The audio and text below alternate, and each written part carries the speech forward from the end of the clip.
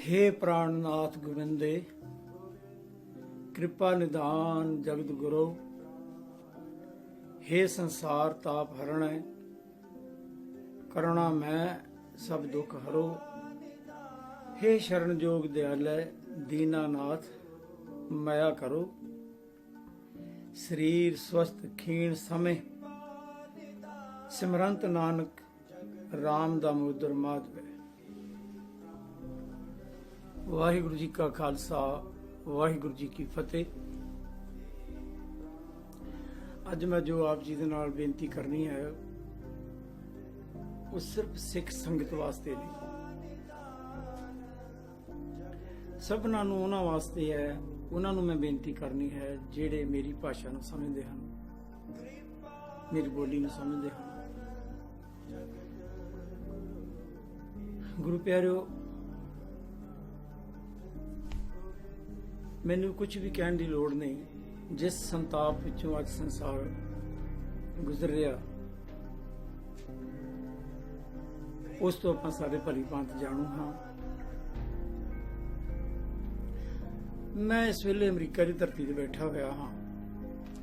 संसार का सब तो ताकतवर मुल्क, जिहड़े बिल्कुल बेपरवाह सी और उन्हां नूं स्वैमान भी सी। होना भी चाहिए अपनी ताकत ते सी उन्हां नूं, पर एक निक्का जिहा कीड़ा जिहड़ा खुली अख नाल दिसदा नहीं, उस दी वजह करके बेबस होया पिया।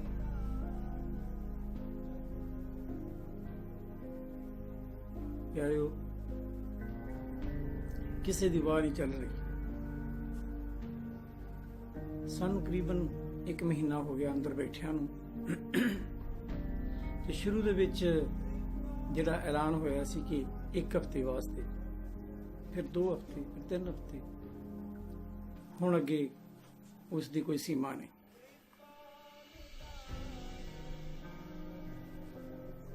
और मैं रोज खबर सुनदा पढ़दा, हर वेले सब का ध्यान उत्थे ही है, मेरा भी ध्यान उत्थे ही है, किथे किथे की हो रहा।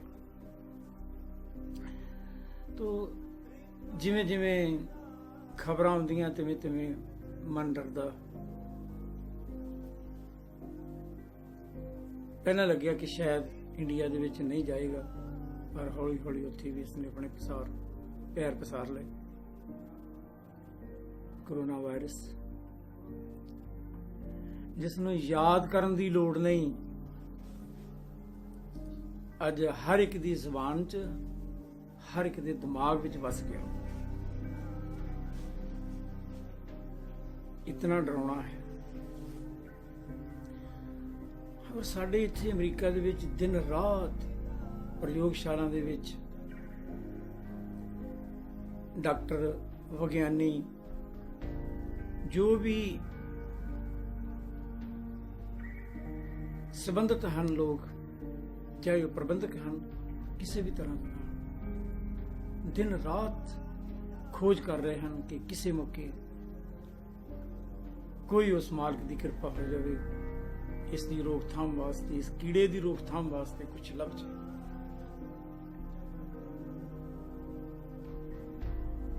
रात में सोचते हैं सवेर तक कोई चंगी खबर आएगी, सवेरे खबर सुनते हैं बेबसी है जी भी। तो मेरे कहने का मतलब है कि अमरीका जिहड़ा सब कुछ करने दे समर्थ सी, अज बेबस हो गया। तो मैं जिहड़ी तुहाडे नाल गल करनी है वो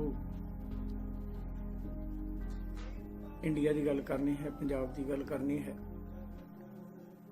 मेरी कोई होंद नहीं है, मैं कुछ भी नहीं हाँ, कुछ भी नहीं।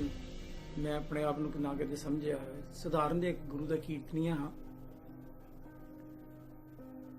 तो तुसी कीर्तन सुनते हो, उस कीर्तन का सदका मैंने प्यार करते हो। कुछ मेरे मित्र जिहड़े रोज़ मेरे नाल WhatsApp ते सुनेहे दिंदे ते सुनेहे लेंदे रहिंदे हन।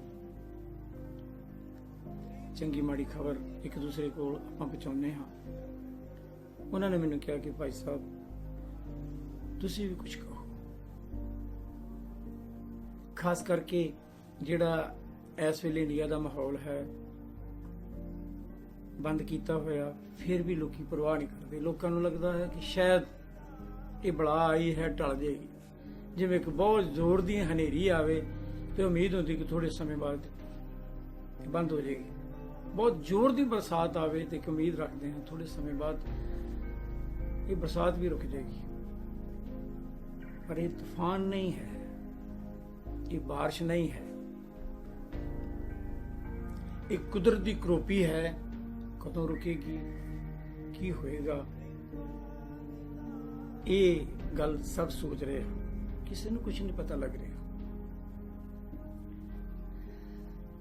तो मैनू बहुत सारे वीडियो क्लिप भेजते हैं कि देखो भाई साहब जी, लोग परवाह नहीं करते, पुलिस वालियां नू सख्ती भी वरतनी पै रही है।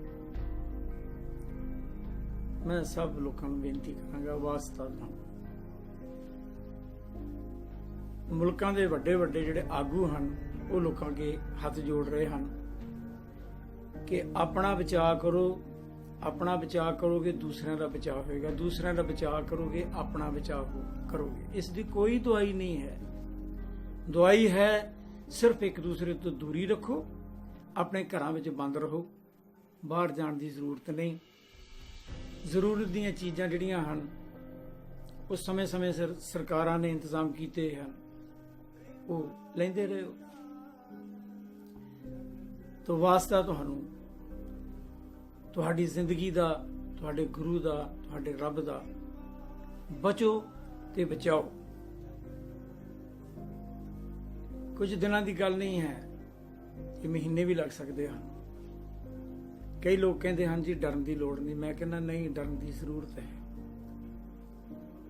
ਕੇਵਲ ਜਿਸ ਸਮੇਂ 'ਚ ਅਸੀਂ ਜੀ ਰਹੇ ਹਾਂ, ਇਸ ਸਮੇਂ ਦੀ ਨਹੀਂ ਗੱਲ, ਆਉਣ ਵਾਲੇ ਸਮੇਂ ਵਿੱਚ।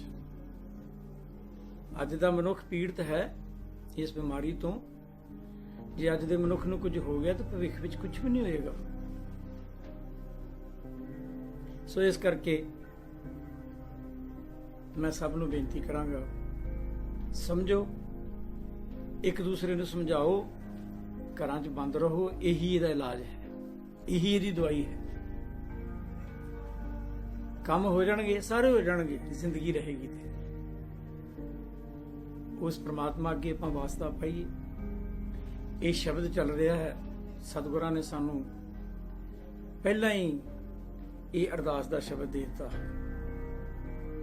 सतगुरां दी बाणी, गुरु ग्रंथ साहिब दी बाणी सारी अरदास है। हे प्राणनाथ गोबिंदे, कृपा निधान, जगत गुरु। हे कृपा दे खजाने अकाल पुरख जगत दे गुरु, प्राणा दे मालक, वो मेरे मालक वाहिगुरु, अपने जीवां ते कृपा कर, सारिਆਂ ਦੇ दुख दूर कर। सो मेरी ये बेनती है, घरां 'ਚ बैठो। ये आप सब नूं पता है, मैनूं कहण दी लोड़ नहीं। धर्म स्थान सारे बंद कर दिते गए हैं, क्योंकि इस करके कि उत्थे बहुत ज़्यादा संगत इकट्ठी होएगी। पता नहीं कौन उन्होंने विच होएगा जिसनूं कोरोना वायरस होया होएगा, वो पीड़ित होएगा, उस तो किन्ने लोगों नूं हो जाएगा पता भी नहीं लगना। सो कोई गल नहीं, गुरु साहब भी कहते घर बैठे गुरु ध्याए। भावें इस दे अर्थ पता नहीं की होणगे, पर अज दे समय च ढुकदे हन कि तुसीं अपने घरां विच बैठो, घरे बैठे उस मालक नूं याद करी जाओ, गुरु नूं याद करी जाओ। प्रवान है साडा। और अपने परिवारां विच बैठ के सवेरे शाम जदों भी तुहानूं समां मिले। एक तां सानूं कदे आपां बहाना करदे सी जी सानूं समां नहीं मिलदा परिवार 'च बैठण दा। अज बहाना ना करो, अज बैठो, परिवारां विच बैठो, दरवाजे बंद करके बैठो, ना किते जाओ, ना किसी नूं अंदर आउण दिओ। बैठ के परिवार नूं समझो, परिवार नाल प्यार करो। जिहड़ी गल आपां चिरां तो नहीं कीती अज कर लईए, नाले उस परमात्मा नूं याद करिए।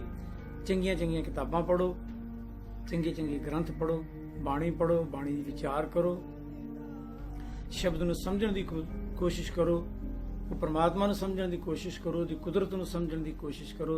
संजम विच जीवन जीउण दी जाच सीखो। ਸੋ ਇਹ ਮੇਰੀ ਹੱਥ ਜੋੜ ਕੇ ਬੇਨਤੀ ਹੈ। ਇੱਕ ਮੈਂ ਹੋਰ ਬੇਨਤੀ ਕਰਨੀ ਹੈ, ਕਿੰਨਾ ਸਮਾਂ ਆਪਾਂ ਹੋਰ ਬੰਦ ਰਵਾਂਗੇ ਕਿਸੇ ਨੂੰ ਕੁਝ ਨਹੀਂ ਪਤਾ। ਸੋ ਕੁਦਰਤੀ ਗੱਲ ਹੈ ਕਿ ਸੰਜਮ ਵਿੱਚ ਰਹਿਣਾ ਪਏਗਾ। ਜ਼ਰੂਰਤ ਦੀਆਂ ਜਿਹੜੀਆਂ ਚੀਜ਼ਾਂ ਹਨ ਉਹਨਾਂ ਦੀ ਕਮੀ ਆਏਗੀ, ਖਾਸ ਕਰਕੇ ਉਹ ਲੋਕ ਜਿਹੜੇ ਰੋਜ਼ ਕਮਾਉਣ ਵਾਲੇ ਸਨ, ਜਿਨ੍ਹਾਂ ਨੇ ਦਿਹਾੜੀ ਕਮਾਉਣੀ, ਫਿਰ ਬੱਚਿਆਂ ਵਾਸਤੇ ਕੁਝ ਲੈ ਕੇ ਜਾਣਾ, ਰਾਤ ਦੀ ਰੋਟੀ ਬਣਾਉਣੀ, ਸਵੇਰ ਦੀ ਬਣਾਉਣੀ, ਦੁਪਹਿਰ ਦੀ ਬਣਾਉਣੀ, ਉਹਨਾਂ ਵਾਸਤੇ ਬੜੀ ਮੁਸ਼ਕਿਲ ਹੈ। ਸਰਕਾਰਾਂ ਕਰ ਰਹੀਆਂ ਹਨ ਆਪਣੇ ਆਪਣੇ ਤਰੀਕੇ ਦੇ ਨਾਲ, ਸਮਾਜ ਸੇਵੀ ਸੰਸਥਾਵਾਂ ਵੀ ਕਰ ਰਹੀਆਂ ਹਨ, ਤੋ ਹੁੰਦਾ ਰਹੇਗਾ। ਪਰ ਮੈਂ ਆਪ ਨੂੰ ਬੇਨਤੀ ਕਰਾਂ, ਥੋੜੇ ਵਿੱਚ ਗੁਜ਼ਾਰਾ ਕਰਨਾ ਵੀ ਸਿੱਖ ਲਓ। ਜਿੰਨਾ ਕੋਲ ਹੈ ਉਸ ਨੂੰ ਸੰਜਮ ਨਾਲ ਵਰਤੋ, ਜਿੰਨੀ ਜ਼ਰੂਰਤ ਹੈ ਉਨੀ ਚੀਜ਼ ਬਣਾਓ। ਪਹਿਲਾਂ ਆਪਾਂ ਬਹੁਤ ਸਾਰਾ ਬਣਾਉਂਦੇ ਸੀ, ਜਿੰਨਾ ਖਾਂਦੇ ਸੀਗੇ ਉਸ ਵਿੱਚ ਬਹੁਤ ਸਾਰਾ ਅਸੀਂ ਡਸਟਬਿਨ ਵਿੱਚ ਸੁੱਟ ਦਿੰਦੇ ਸੀ। ਅੱਜ ਇੱਕ ਇੱਕ ਦਾਣੇ ਦੀ ਸਾਨੂੰ ਕੀਮਤ ਦਾ ਵੀ ਪਤਾ ਲੱਗੇਗਾ, ਇੱਕ ਇੱਕ ਦਾਣਾ ਬਚਾਉਣਾ ਹੈ। ਔਰ ਕੋਸ਼ਿਸ਼ ਕਰੋ, ਮੈਂ ਮੇਰੀ ਉਮਰ ਦੇ ਲੋਕ ਜਾਂ 50 ਤੋਂ ਉੱਪਰ ਵਾਲੇ ਲੋਕ ਜਿਹੜੇ ਹਨ ਉਹਨਾਂ ਨੂੰ ਬੇਨਤੀ ਕਰਾਂਗਾ, ਆਪਣੀ ਭੁੱਖ ਘੱਟ ਕਰੋ, ਘੱਟ ਖਾਓ। ਜਿੰਨਾ ਘੱਟ ਖਾਓਗੇ ਉਨੇ ਤੰਦਰੁਸਤ ਰਹੋਗੇ। ਪਰ ਮੈਂ ਇਹ ਵੀ ਬੇਨਤੀ ਕਰਾਂ, 50 ਤੋਂ ਉੱਪਰ ਵਾਲਿਆਂ ਨੂੰ ਜ਼ਿਆਦਾ ਤਕਲੀਫ ਹੋ ਰਹੀ ਹੈ। ਜਿੰਨੇ ਵੀ ਲੋਕ ਹੁਣ ਤੱਕ ਮਰੇ ਹਨ ਉਹ ਕਰੀਬਨ ਵਡੇਰੀ ਉਮਰ ਦੇ ਸਨ। ਔਰ ਖਾਸ ਕਰਕੇ ਮੈਂ ਵੀ ਸ਼ੂਗਰ ਦਾ ਮਰੀਜ਼ ਹਾਂ।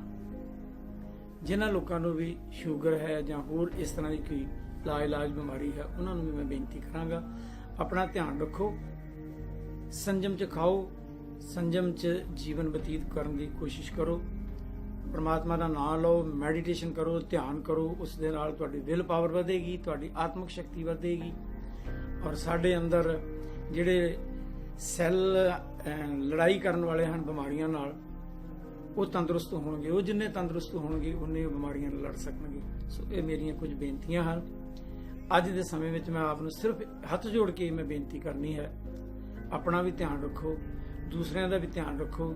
ਜੋ ਸਰਕਾਰ ਨੇ ਹੁਕਮ ਜਾਰੀ ਕੀਤੇ ਹਨ ਉਹਨਾਂ ਦਾ ਆਪਾਂ ਪੂਰਾ ਧਿਆਨ ਰੱਖੀਏ, ਉਹਨਾਂ ਦਾ ਪੂਰਾ ਪਾਲਣ ਕਰੀਏ। ਘਰਾਂ ਦੇ ਵਿੱਚ ਬੈਠ ਕੇ ਉਸ ਪਰਮਾਤਮਾ ਦੇ ਅੱਗੇ ਅਰਜ਼ੋਈ ਕਰੀਏ, ਗਰੀਬ ਨਵਾਜ ਪਿਤਾ, ਇਹ ਦੁੱਖ ਆਇਆ ਹੈ, ਤੇਰੀ ਰਜ਼ਾ ਹੋਏਗੀ, ਇਸ ਨੂੰ ਕੱਟ ਵੀ, ਜੀਆਂ ਨੂੰ ਸ਼ਾਂਤੀ ਬਖਸ਼। ਸਿੱਖ ਤੇ ਹਰ ਵੇਲੇ ਅਰਦਾਸ ਵੀ ਇਹੀ ਕਰਦਾ ਹੈ, ਨਾਨਕ ਨਾਮ ਚੜ੍ਹਦੀ ਕਲਾ, ਤੇਰੇ ਬਾਣੇ ਸਰਬੱਤ ਦਾ ਭਲਾ। ਵਾਹਿਗੁਰੂ ਜੀ ਕਾ ਖਾਲਸਾ, ਵਾਹਿਗੁਰੂ ਜੀ ਕੀ ਫਤਿਹ। Watch Daily Hiteshi, Voice of Nation.